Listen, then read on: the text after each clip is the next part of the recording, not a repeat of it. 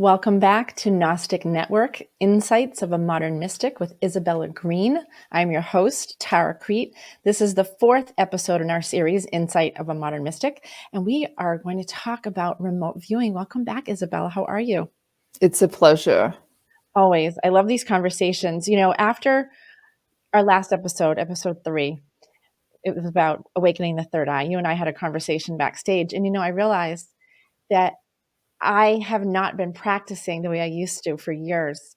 And it made me realize that I'm missing something in my life. It made me hungry to start closing my eyes again and going inward because I am so much a part of this world right now. And you've said it before, I'm making that choice. I'm creating, how did you say it? I'm creating this energetic bubble with my own energy inside of it. It's the same for everyone. We live within our own energy field that we generate. And so when your energy field comes from within, kind of filled with your emotion, your state of being. When you allow the environment to influence it, that's what you're kind of cooking in that. But when you take a moment, take a few moments, take half an hour, take an hour in your day, in your night, to generate an entirely different state of being, drop into the state of inner peace through meditation, through breath work, then you carry an entirely different state of being, and it makes it much easier it kind of bounces the outer reality off of it, and you live within your own state of being, and you're still a part of the world. You still participate in things. You still are fully aware what's going on, but it doesn't get to you so much. Exactly. It's already changed the way that I'm looking at things. So I want to thank you for that. So I was inspired by our very conversation, and I know that other people probably were as well. Just like they're going to be inspired about this, because this is a topic that I'm so fascinated with, and I've done it a little bit, but you're going to share with us so many things about remote viewing. First of all, let's tell our viewers, what is remote viewing?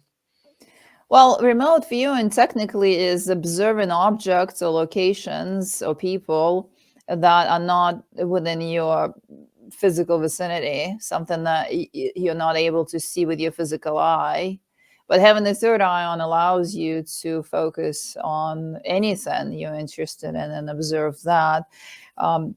Remote viewing is very well known as a practice that our military worldwide is involved in training people to remote view strategic objects and also space objects and all kinds of stuff. But it's a very different kind of remote viewing that I want to talk about. I want to talk about civilian remote viewing for the pleasure of it, and sometimes the curiosity as well.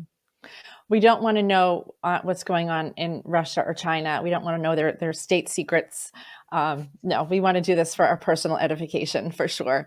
So what are some of the practices? Like, how does one start? How did you get into it, first of all? Why don't you tell us that story?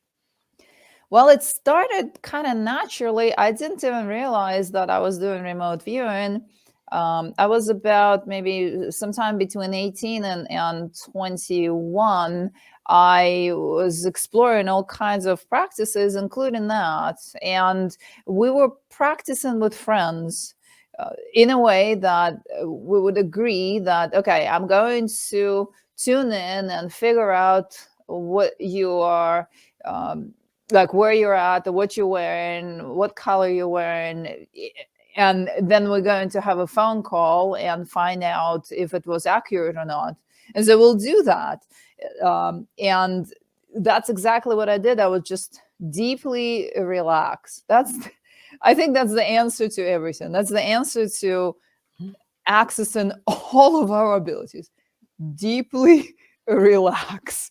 So relax really deeply to the point that relax and tune into that person, or tune into their environment, their room, and kind of follow that feeling. Follow the feeling. What does that person feel like to you?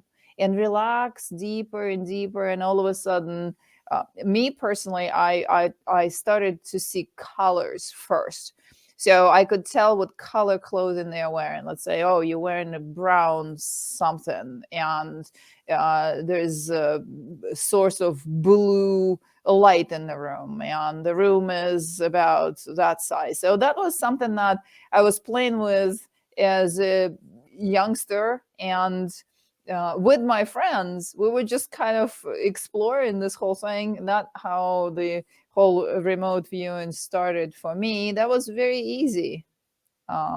We didn't know that it was like an advanced technique or anything. We just like to play with that, and sometimes even use it to spy on each other later. But that's a non-ethical practice, and we're going to look at that, what's ethical and what's not.